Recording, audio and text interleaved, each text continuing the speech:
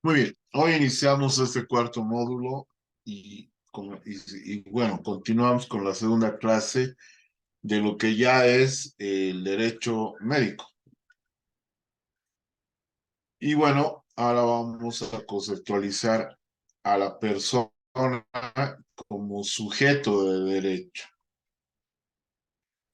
Entonces, una persona, al sujeto se le denomina persona y la palabra persona viene de la voz latina personae, que tiene un significado de ser máscara de actor.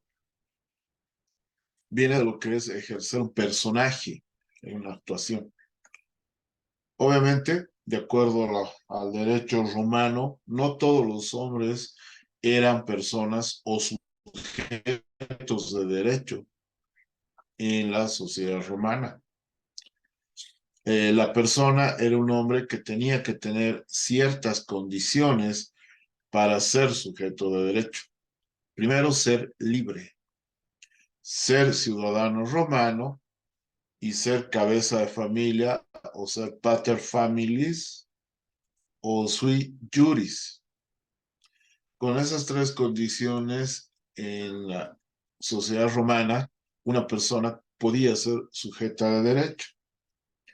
La persona humana es toda persona, es un ser racional y consciente, consciente de sí mismo, que tenga propia identidad, está dotado de sensibilidad, inteligencia y voluntad, conformada por aspectos físicos, psíquicos, que lo hacen único, singular e irrepetible. Entonces, acá ya nos empieza a dar ciertos aspectos. La persona humana tiene que tener la capacidad cognitiva, volitiva, y es única, singular e irrepetible. Y aquí ya lanzamos una primera reflexión. ¿Qué es el clon? ¿Es una persona? Con estos conceptos vamos a cuando un ser humano, una persona, deja de ser sujeto de derecho, deja de ser persona, y es con la muerte. El hombre se extingue con la muerte. Entonces tendríamos que conceptualizar qué es muerte. Desde el punto de vista biológico, desde el punto de vista médico, la muerte es el cese definitivo de la función respiratoria y del corazón. O el concepto médico legal de muerte es el cese definitivo e irreversible de la función nerviosa, respiratoria y circulatoria. Entonces, si hay varias personas unidas por lazos parentales, etcétera, y que perecen en una catástrofe, y no es posible determinar quién ha muerto primero, entonces se las considera muertas a la vez, a todas. Ahora, tenemos que hablar un tipo igual de persona sujeta de derechos, pero una persona colectiva.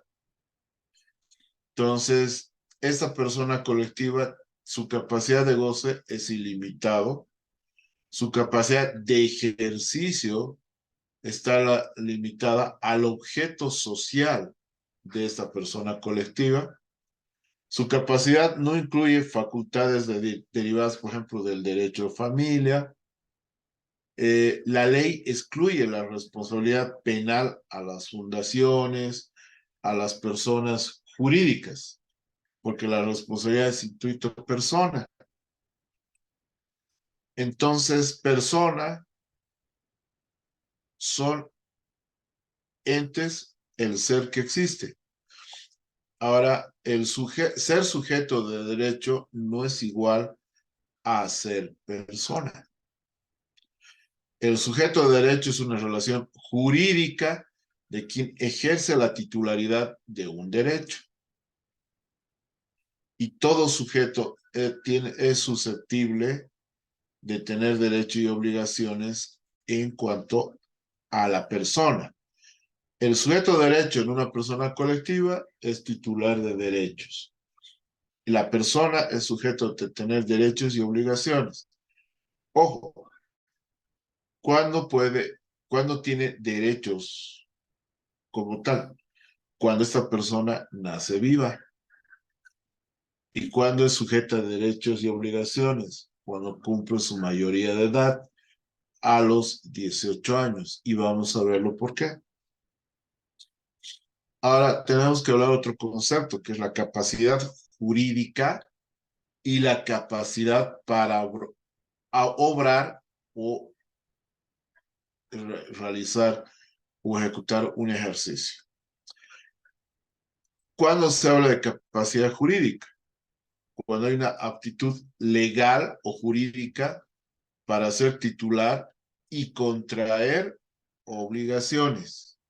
Y la capacidad de obrar es una aptitud o capacidad que le permite ejercer por sí mismo los derechos. Y es la capacidad jurídica que se complementa con la capacidad de obrar. Entonces, dentro de la capacidad de obrar, podemos incluir a la capacidad jurídica, porque la de obrar tiene de ejercer derechos y obviamente de contraer obligaciones. ¿Qué enfermedades corporales o mentales van a eh, evitar de que podamos ser personas, personas sujetos de derechos? También hay una influencia en el derecho de las personas, enfermedades corporales, ya, enfermedades mentales. Dentro de las enfermedades mentales están las psicopatías que alteran la capacidad cognitiva, y están las neuropatías que afectan la capacidad volitiva. Por ejemplo, ¿qué enfermedades mentales? La demencia, la esquizofrenia. ¿Qué enfermedades volitivas? Todos los trastornos de personalidad. Los dementes, los pacientes psiquiátricos, deberían tener un curador para tutelar sus bienes. Los eunucos en la época de Roma estaban impedidos de contraer matrimonio o adoptar. Ahora hay otro concepto de prodigalidad. El pródigo es aquel que tenía la manía de dilapidar sus bienes y podía ser privado de su capacidad de obrar. Y esto viene de la famosa parábola del hijo pródigo, ¿no? Entonces, el derecho romano podía ser privado de su capacidad de obrar, de su capacidad de contraer derechos. Muy bien, una vez que se ha hecho esta introducción a la persona, vamos a hablar del acto médico y un poco recordar y profundizar los conceptos de la relación médico-paciente. Entonces, para prevenir el error médico, el evento adverso, la mala praxis, la responsabilidad profesional, se tiene que seguir algunas de estas recomendaciones, bueno, todas estas recomendaciones. Primero, tener un alto nivel de competencia y actualización. Esta actualización en el personal de salud es permanente. Cumplir con los requisitos normativos para el ejercicio profesional. Van a decir título académico, título en provisión nacional y matrícula profesional que da el Ministerio de Salud. Otorgar una atención médica integral, oportuna, competente, segura y respetuosa. La competencia profesional, ¿en qué se va a sustentar? En conocimientos vigentes, en habilidades y en experiencia para solucionar problemas. ¿Cuáles? Los de salud de nuestros pacientes. Reconocer las limitaciones y referir al paciente de forma oportuna, justificada y adecuada. ¿De qué estamos hablando? De los 3 principios de una referencia. Las decisiones están basadas en evidencias. Aplicar medidas de seguridad y prevenir riesgos a los pacientes. A mayor beneficencia, inversamente proporcional a los riesgos. Y esto ya lo hemos hablado cuando hemos hablado de calidad, y esto nos daba a Bedis Donovedian, que lo consideramos el padre de la gestión de calidad en salud. Aplicar guías de la práctica clínica, según nuestras normativas, aplicar los protocolos de actuación.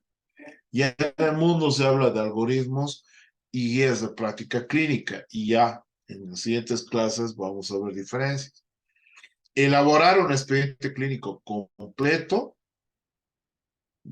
a cada paciente acorde a la normativa. Tener un buen diligenciamiento del expediente clínico, y en el primer módulo vimos durante 2 clases. Justificar las decisiones tomadas en el expediente clínico. Todas las decisiones de cambio de tratamiento y de algunas vicisitudes tiene que estar debidamente justificada clínica, académica, técnicamente, para respaldar las decisiones. Y obviamente el llenado correcto del consentimiento informado, que ustedes ya conocen, que es constitucional, el artículo 44 de la Constitución Política del Estado boliviano. Y estas son las normativas del PRONAX que ustedes deben conocer, que lo hemos hablado. Hemos hablado de la norma técnica para el manejo del expediente clínico. Había una clase exclusiva de la obtención del consentimiento informado, y gran parte del curso durante 2 módulos, así el manual de auditoría médica y norma técnica. Y todo el quehacer del ejercicio profesional de médico en Bolivia está normado por estas normas nacionales de atención clínica, las NAC, en sus 2 tomos. Y si no están estos protocolos, están en protocolos de atención por especialidad. La ASUS ya actualizado para la seguridad a corto plazo de cada una de las especialidades.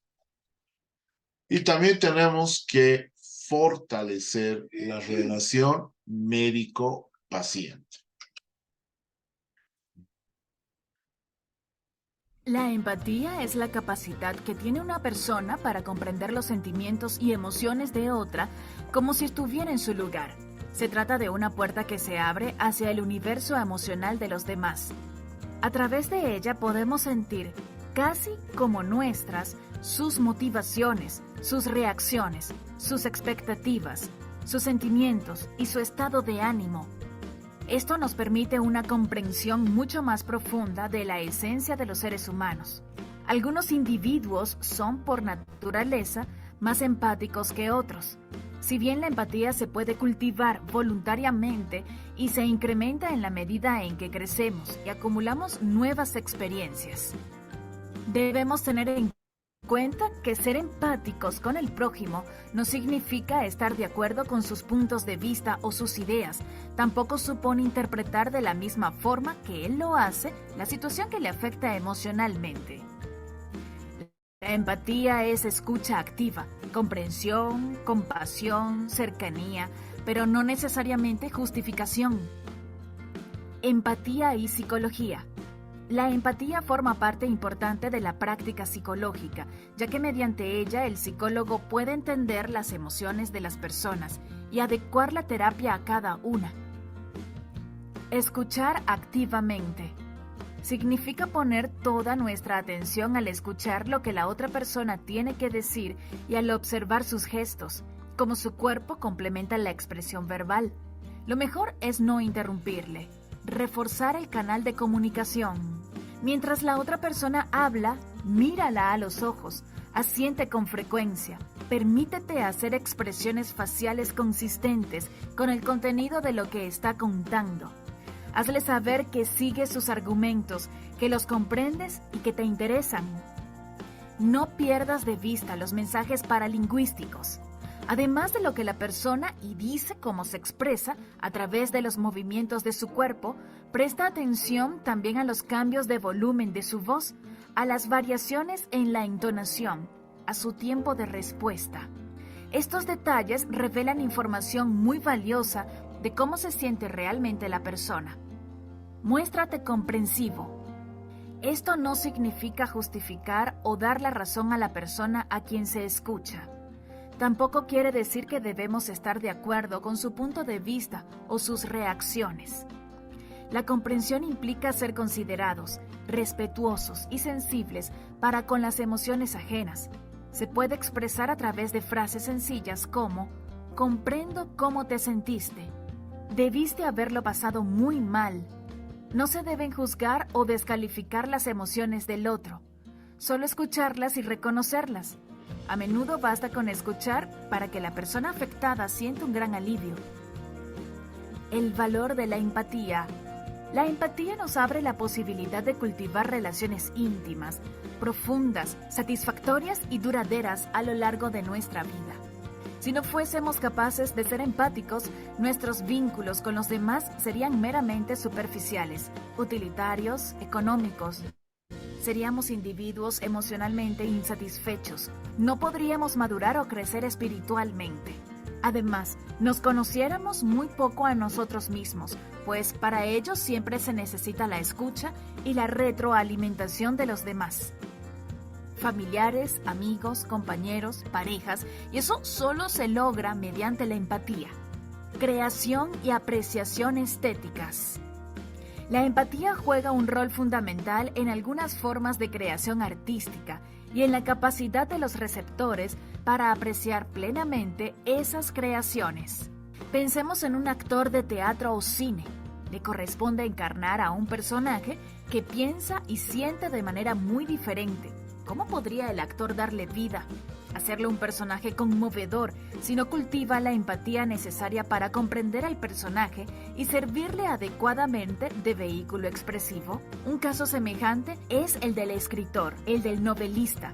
¿Cómo podría él expresar de manera artística los sentimientos y pensamientos de sus personajes sin estar empáticamente conectado con ellos? La empatía también se hace presente en el alma de los espectadores y lectores cuando se sienten conmovidos por las cosas que le suceden a los personajes del libro o la película, o cuando estos expresan sus anhelos y emociones. Empatía y simpatía.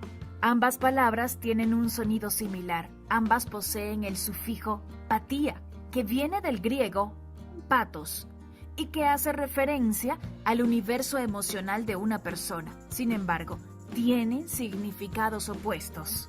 Como hemos visto, la empatía se refiere a un verdadero deseo de comprender los sentimientos del otro, de ponerse en sus zapatos. En cambio, la simpatía no tiene mucho interés en las emociones ajenas por sí mismas. Se inclina más bien por las emociones que ambas personas tienen en común o por manifestar las emociones propias. La persona simpática tiende a dar soluciones rápidas. No le hagas caso, haz como si no tuviera importancia. O palabras de aliento. Ya verás que lo superas. En cambio, la actitud empática no se siente en el compromiso de decir algo positivo. Ayuda a la persona en sus sentimientos y la apoya en lo que pueda. Ejemplos de tener empatía. Reconocer y valorar los sentimientos de otras personas. Escuchar activamente. Estar dispuesta a prestar ayuda si está en sus posibilidades y si la persona a la que escucha la necesita. Ayudar a personas discapacitadas a cruzar las calles. Alegrarse sinceramente por los logros de amigos y familiares. y compartir los momentos de felicidad. Respetar los horarios de las demás personas, sobre todo cuando se trata del tiempo de trabajo, también significa valorar el tiempo de descanso de los demás. Respetar las ideas de otras personas, aunque no se esté de acuerdo con ellas. La escucha activa también significa que se es capaz de entender lo que piensa y cree la otra persona, si bien no se comparte. Reconocer los esfuerzos de los demás cuando se trabaja en equipo. Ayudar a personas que tienen el coche averiado en la vía pública. Ceder el puesto a mujeres embarazadas o a personas mayores que necesiten sentarse. Si vemos a alguien que está siendo víctima de una injusticia, defenderle y ayudarle. Colaborar en alguna obra benéfica.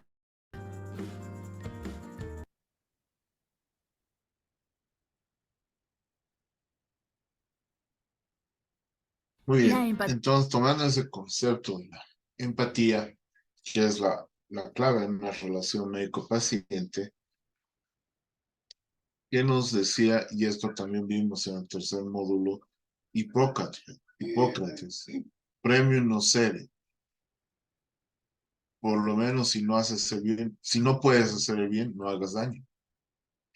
Entonces, ¿quién es el paciente? ¿Quién es el usuario externo? ¿Quién es nuestro cliente? Es toda persona que requiere la atención médica, la atención por el personal de salud, que sufre, que ama, que tiene sentimientos. Lo vimos. La relación es de dos personas que tienen un Zoe, o sea, una creencia espiritual, un Suke, una voluntad, una psicología, un Soma que tiene un aspecto biológico y también son un aspecto social y cultural. Entonces tenemos que tener y practicar la escucha activa. Y la escucha activa es hablar poco, parafrasear, esto sobre todo en la anamnesis, ¿no? Practicar el silencio, eliminar distracciones, escuchar con las manos y la mirada, no se olvide el lenguaje corporal, postura atenta y relajada, ser paciente, mostrar la empatía, ser asertivo, atender a la totalidad del mensaje y emplear un lenguaje sencillo. Eso es la escucha activa.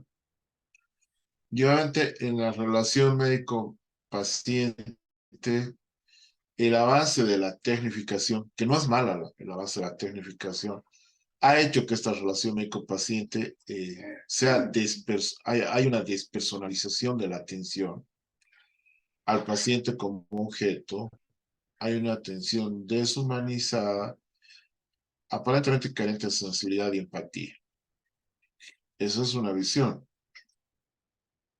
El reto del médico en la actualidad, el reto del personal de salud en la actualidad, es justamente eso, cultivar y rescatar los valores éticos y los valores morales, desarrollar la empatía, confianza, sensibilidad, un interés genuino, real, no hipócrita sobre el paciente, una compasión, si vale decir, empática y una comprensión.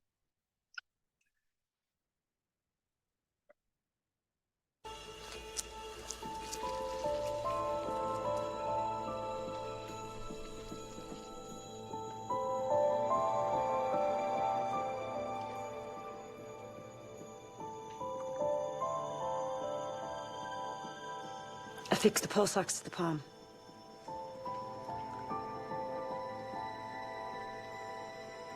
House. Este video corto, todos hemos visto la serie del Dr. House. Todos sabemos cómo es su temple, cómo es aparentemente su falta de empatía, pero es un genio en cuanto a diagnóstico. Él tiene un principio de que la anamnesis no sirve porque todo paciente miente. Se va más al examen físico y a los exámenes más llamados complementarios el día de hoy, ¿no? Pues los laboratorios ya son marcadores químicos, se ha afinado la imagenología que supera el error médico pero este video de una cirugía fetal donde el feto in útero le da la mano como agradecimiento, creo que quiebra hasta House. Entonces, hay la otra cara de la moneda, que es justamente la empatía, ¿no? Una vez que hemos visto esto, ahora vamos a ver el acto médico, pero ya como obligación de medios y no de resultados. O sea, en principio, el acto médico es probabilístico, o sea, respeta los procesos, mientras que nuestro derecho es positivista, hereda del derecho romano y se va a resultados. Y obviamente hay un divorcio entre entender el acto médico y aplicar lo que es el sistema de justicia. Entonces, definamos qué es la responsabilidad, dentro de la responsabilidad médica, qué es el acto médico.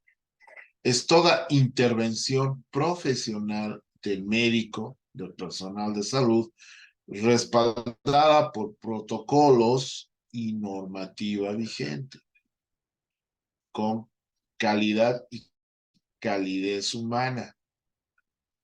Y aquí está claro, el acto médico es el cumplimiento de protocolos y normativa vigente.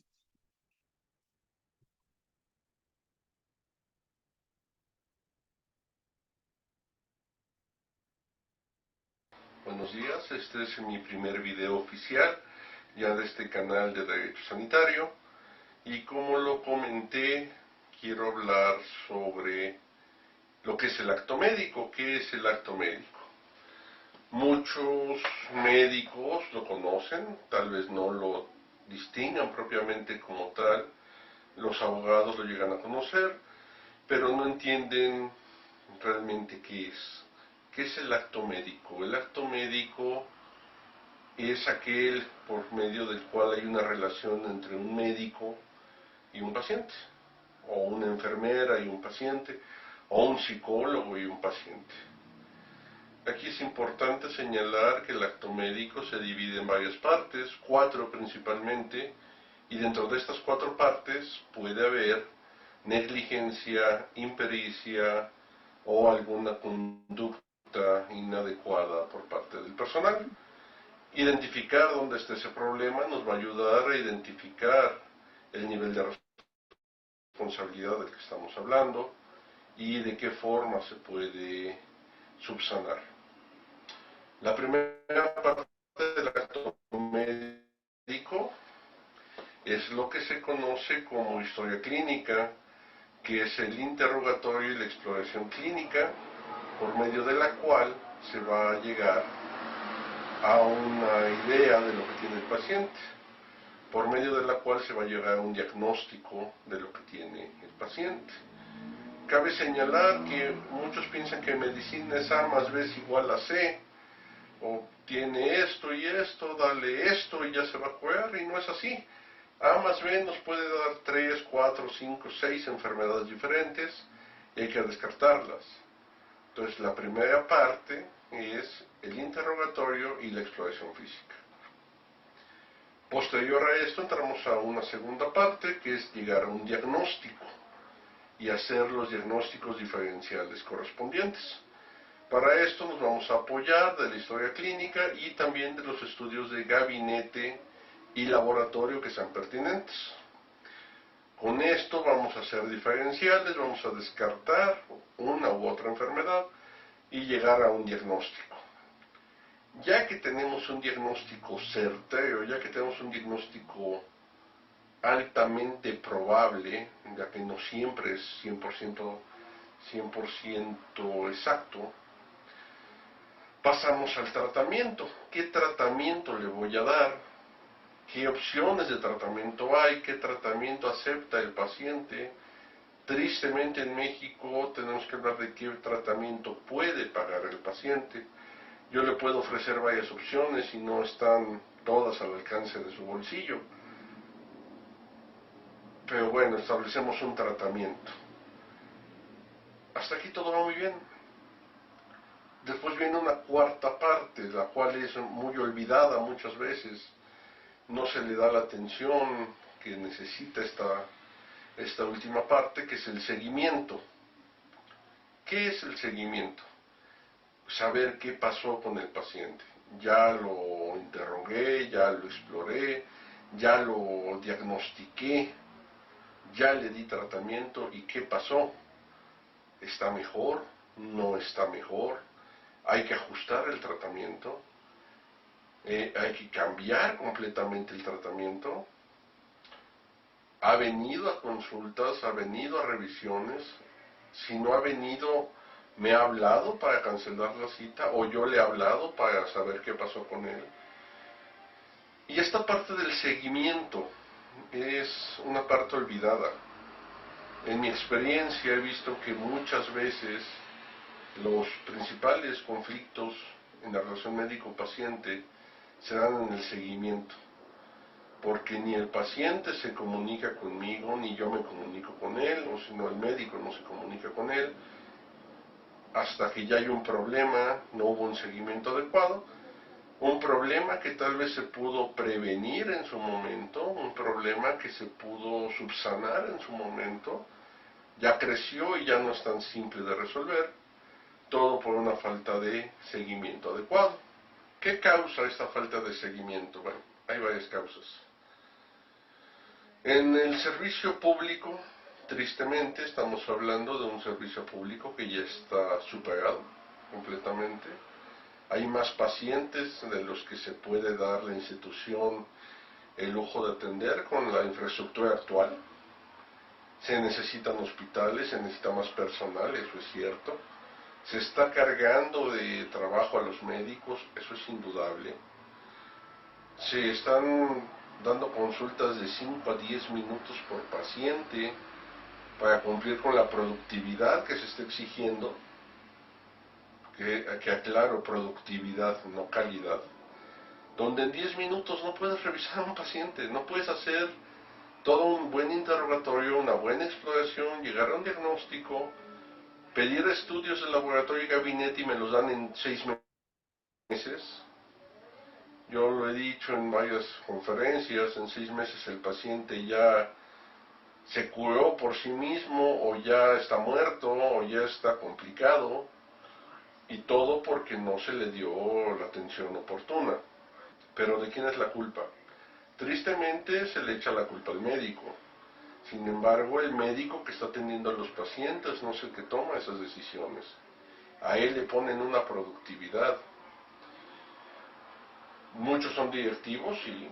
Muchos tienen que cumplir y levantarse el cuello de la bata y decir, ya logramos aumentar la productividad a una costa de la calidad.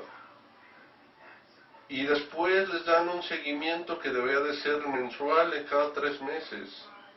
Eso nos genera un fuerte problema de salud y nos genera un fuerte problema legal, ya que la falta de atención adecuada va a generar una complicación en el tratamiento y una complicación en la atención. Vamos a poner un ejemplo. Paciente masculino mayor, 70 años, al que el médico familiar, por falta de tiempo, no le hace una revisión prostática, le pide el antígeno prostático, sale elevado, pero de que lo vio a que le tomaron el antígeno, a que lo volvió a revisar, pues ya pasó un año. Lo manda al urólogo cuando sale muy alto, ya pasó otro medio año, o un año más, y estamos hablando de que nada más se basó en el antígeno, no le hizo un tacto rectal. Ese paciente llega con el urólogo, le diagnostican cáncer de próstata, pero ya no le pueden hacer una prostatectomía radical por el tiempo que pasó. Ya ese cáncer es metastásico. Ese paciente ya no es para un tratamiento de prostatectomía, la cual habría curado al paciente, sino que se vuelve un paciente con cáncer metastásico y que se tiene que tratar de otras formas. supresión androgénica y otra clase de cosas.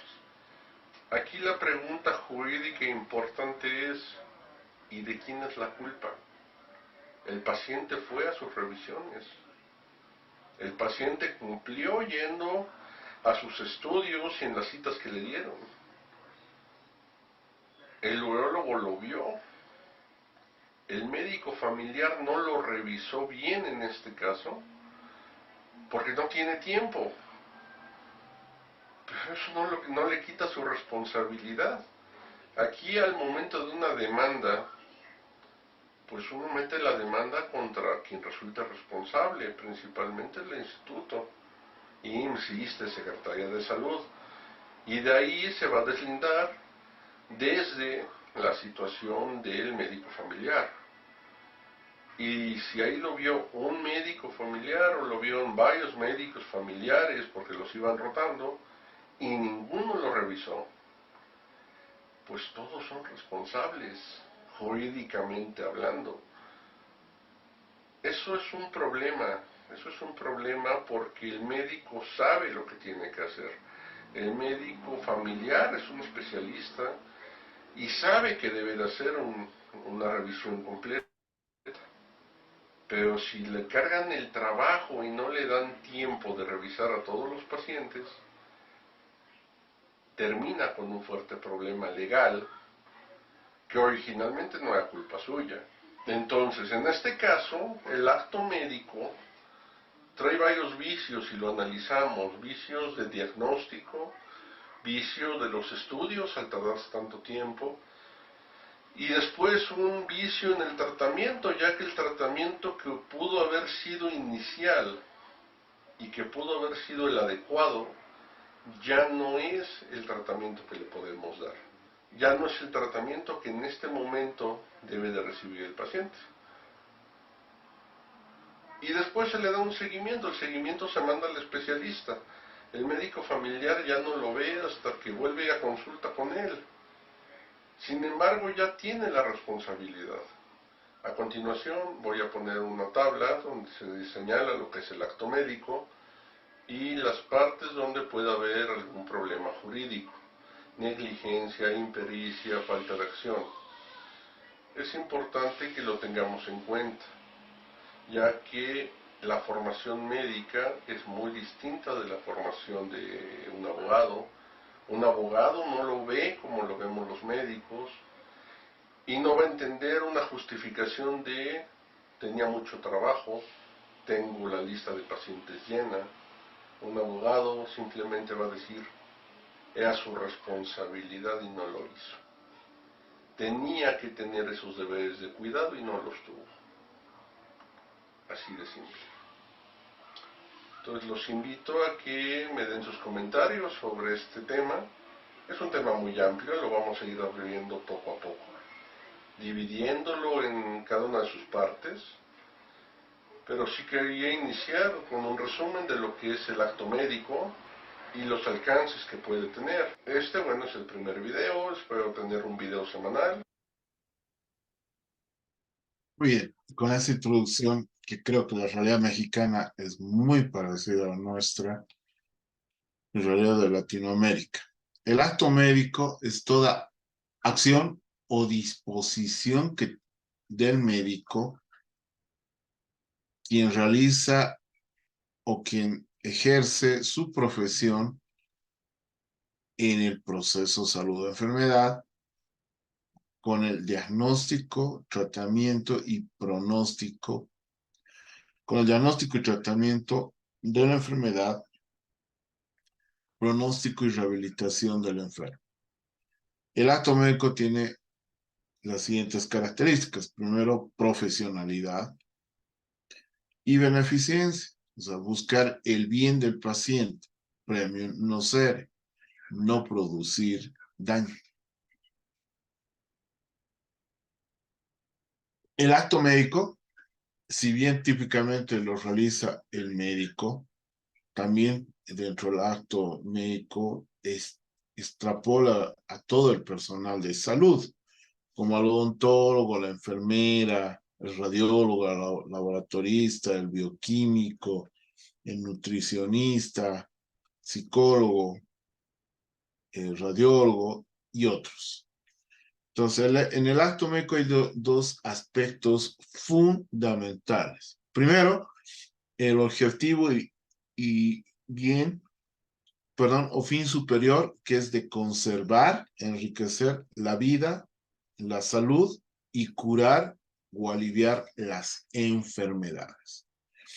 Establecer una relación médico-paciente, que es la interacción esencial y fundamental del acto médico. Muy bien, ahora veamos el acto médico ya con las implicaciones jurídicas. Entonces, el acto médico y el acto jurídico. Entonces, para hablar del acto jurídico y del acto médico, tenemos que referirnos al contrato médico, que es, por su naturaleza, los contratos son llamados inominados o atípicos. Tenemos el contrato de trabajo, desde el momento implícito que el paciente va a la consulta aceptando nuestra cartera de servicios, nuestra oferta, en donde nosotros nos comprometemos a resolver sus demandas. Hay un contrato de obra, que es el acto quirúrgico, y hay un contrato de arrendamiento de servicios, que es el ejercicio libre de la profesión. Esto desde el punto de vista del derecho civil. Todo acto médico, desde esta perspectiva, es un acto jurídico o un hecho jurídico. A que equivale a decir que el acto médico derivan las consecuencias dentro del ámbito de derecho. Entonces, los actos médicos son actos jurídicos por la responsabilidad del acto profesional como tal. Y resultan en un hecho jurídico cuando hay un perjuicio, primero cuando hay un daño, que se traduce en un perjuicio, que va a ser indemnizable o resarcible por el hecho antijurídico, que incluso puede implicar delito. Las actuaciones del médico van a ir precedidas del acto jurídico, donde hay un contrato, de hecho, un contrato consensual. Si el médico cumpliendo los protocolos, donde genera derechos a su favor, pero si lo incumple, va a generar sanción. Entonces, es oportuno advertir que en la mayoría de los casos se trata de una obligación de medios y no garantizamos resultados. Entonces, el acto jurídico se va a cumplir a cabalidad siempre que el médico haga lo correcto, cumpla los protocolos, sin importar si alcanza el resultado requerido o querido. O sea, el acto jurídico se cumple a cabalidad si ha cumplido los protocolos, las guías de actuación, los procesos, no pudiendo garantizar resultados. ¿Qué implica? Que no actúa con la propiedad que la ciencia lo exige, si es que no cumple el protocolo, no cumple los procesos. Entonces, el acto médico se va a constituir o va a establecer como resultado un contrato de servicios. Y este contrato no es de resultados, es o engendra más bien obligación de medios, no de resultados. El médico a lo que se compromete es una asistencia diligente, prudente, con la pericia necesaria y siguiendo la normativa vigente, con arreglo a la ciencia y a la conciencia. Profesional médica, esta es una responsabilidad, ¿no? Una responsabilidad del médico. tratante, del médico, ¿no? Y esto es legal, legítimo, porque está regulado por una ley. Y toda su práctica está, ¿no?, regulada por normas. ¿Cuál es la ley, doctor? La ley 3131, pues, ¿no? Ya. La ley 3131 es específica. Ahora, está naturalmente el Código de la Salud, ¿no? El Código de la Salud. Y estas normas, estas disposiciones legales, estos reglamentos que están basados en protocolos de ejercicio de la profesión. Entonces, por lo tanto, el primer elemento es que la práctica médica es una práctica legal, es una práctica legítima, es una práctica normada. Cuando hablamos de mala práctica, es porque no se ha cumplido esta parte la observancia de las normas y los protocolos. Eso es la mala práctica. Cuando no hay, entonces, cuando ¿qué es lo que, cuando se... qué es lo que normalmente, a qué le llamamos mala práctica? A la no observancia de esta normativa, a la no observancia de las normas, de los reglamentos, de los protocolos, ¿no? Que es un tema evidentemente de responsabilidad personalísimo. Eso. Para hacer esto, naturalmente, solamente que tenemos título, estamos autorizados legalmente, tenemos formación integral, ¿no? Tenemos formación técnica, tenemos formación académica, ética, moral, de principios de la vida. ¿Por qué es así? Entonces, ¿por qué decimos que no debe haber una ley de la mala praxis? ¿Por qué es negar este principio? ¿Por qué está incorporado en la norma del 3131 en la mala praxis? Porque no se ha cumplido este principio, esta ley, esta regulación, ¿no? Por eso que no puede haber una ley que esté basado en lo negativo, en la negación de este principio de la responsabilidad, del bien común, del hacer, ¿no?, del hacer el bien a la sociedad. No puede haber, por eso que los médicos no es un tema de protección, no es un tema de defensa, no, es un principio. No podemos estar de acuerdo a que se haga una legislación, ¿no es cierto?,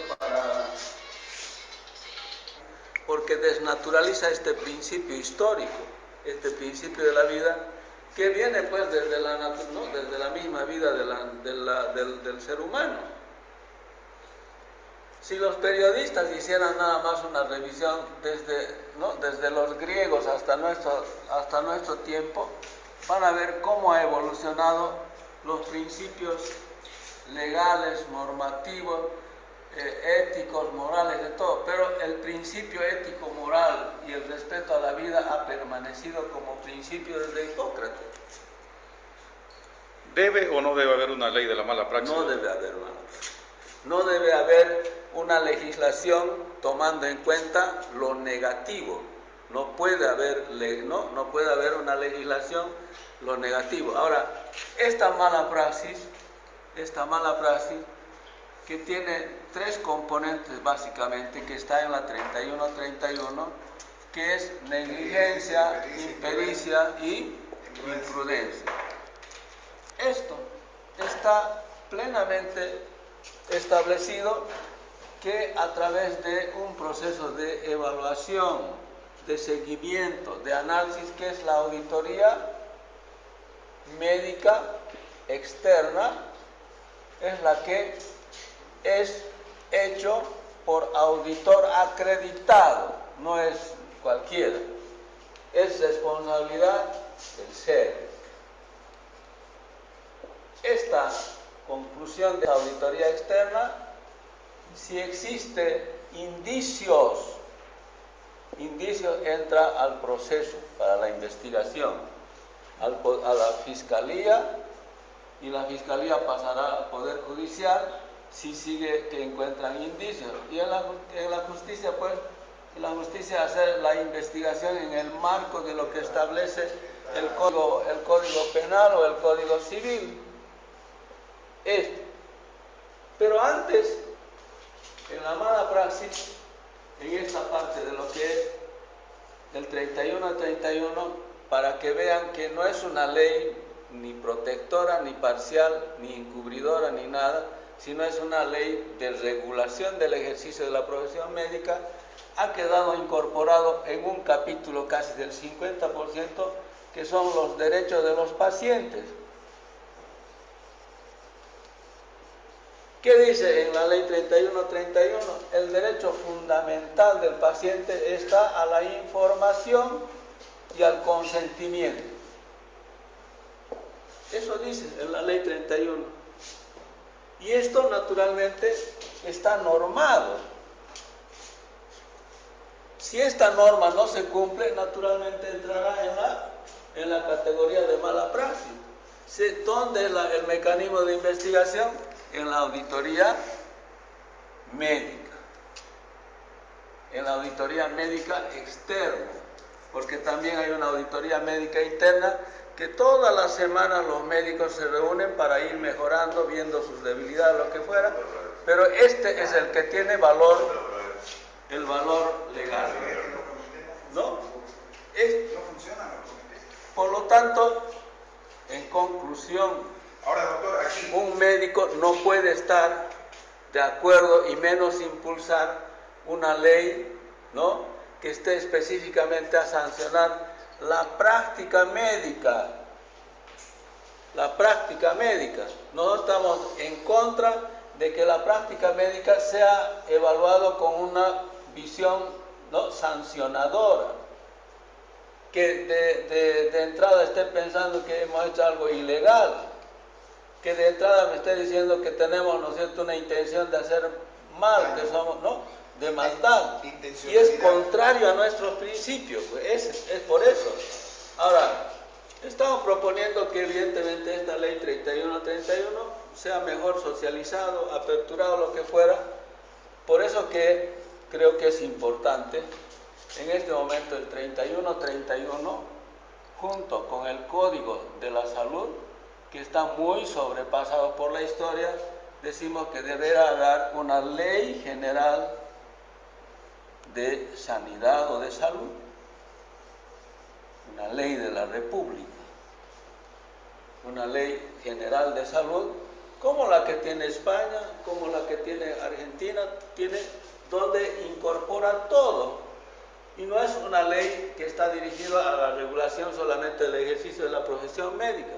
Esta regula a los médicos, a los odontólogos, a los bioquímicos, a las enfermeras, a los trabajadores, todo el sistema de salud queda incorporado en la regulación, ¿no?, de lo bueno y bien que debemos hacer, y naturalmente las fallas que tendrán, ¿no es cierto?, con la parte de lo que es esto, el Código de Salud. Todos, en cualquier parte del mundo, sean desarrollados, medianamente desarrollados, lo que fuera, terminan en el Código Penal y el Código Civil. Todo. Ahora, esto, para terminar, esto no puede estar, ¿no?, antecediendo todo este proceso histórico de desarrollo de la actividad responsable de los profesionales médicos.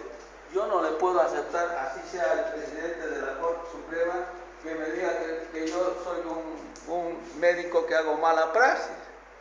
No le puedo aceptar.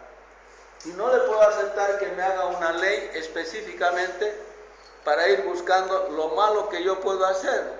Por principio, el médico en la historia de la humanidad se ha formado pues en el principio de la defensa de la vida, de la promoción de la vida. Partiendo de esos principios, obviamente recordamos que el artículo 39 de la Constitución, su primer párrafo habla de que el Estado garantizará el servicio de salud público y reconoce el servicio de salud privado, regulando y vigilará la atención de calidad a través de auditorías médicas sostenibles. Entonces ya está constitucionalizado el hacer las auditorías para ver la atención de calidad. ¿Qué van a evaluar? El trabajo del personal, la infraestructura y el equipamiento. Estamos hablando de calidad de atención de salud, que habla de la estructura, que es infraestructura, equipamiento, insumos y recursos humanos. Y el segundo punto, la ley sancionará la acción o omisión negligente en el ejercicio de la práctica médica.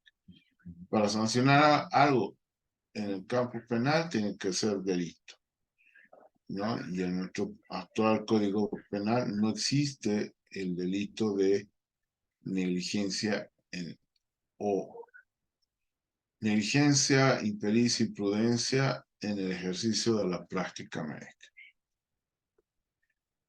También recordamos los deberes del médico, de respetar el consentimiento expreso del paciente, de informar al paciente y responsables legales con anterioridad a la intervención, brindar la atención cuando una persona se encuentre en peligro inminente de muerte, aún sin su consentimiento expreso, que eso ya está en el artículo 44, guiarse por protocolos oficiales y cumpliendo la normativa.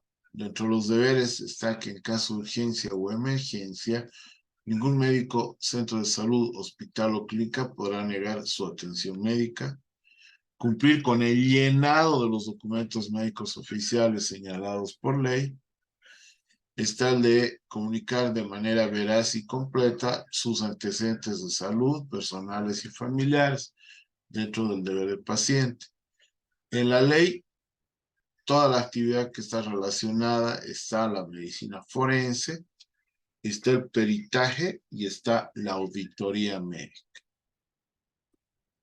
Y obviamente para ser médico solo hay que saber bioestadística, química, física, biología, principios clínicos, propedéutica médica, anatomía, embriología, histología, fisiología, semiología, bioquímica, neuroanatomía, salud pública, atención primaria en salud, epidemiología, microbiología, patología, inmunología, farmacología, oftalmología, rehabilitación, medicina forense, genética humana, psiquiatría, pasar por todas las rotaciones del hospital, tratar personas, tener muchas batas blancas, separar los sentimientos, dejar a la familia, dormir cuando se pueda, incluso hacer guardia hasta 72 horas, tener paciencia y sobre todo luchar por nuestros sueños. Cuanto más investigas, más loco le suenas a la gente ignorante.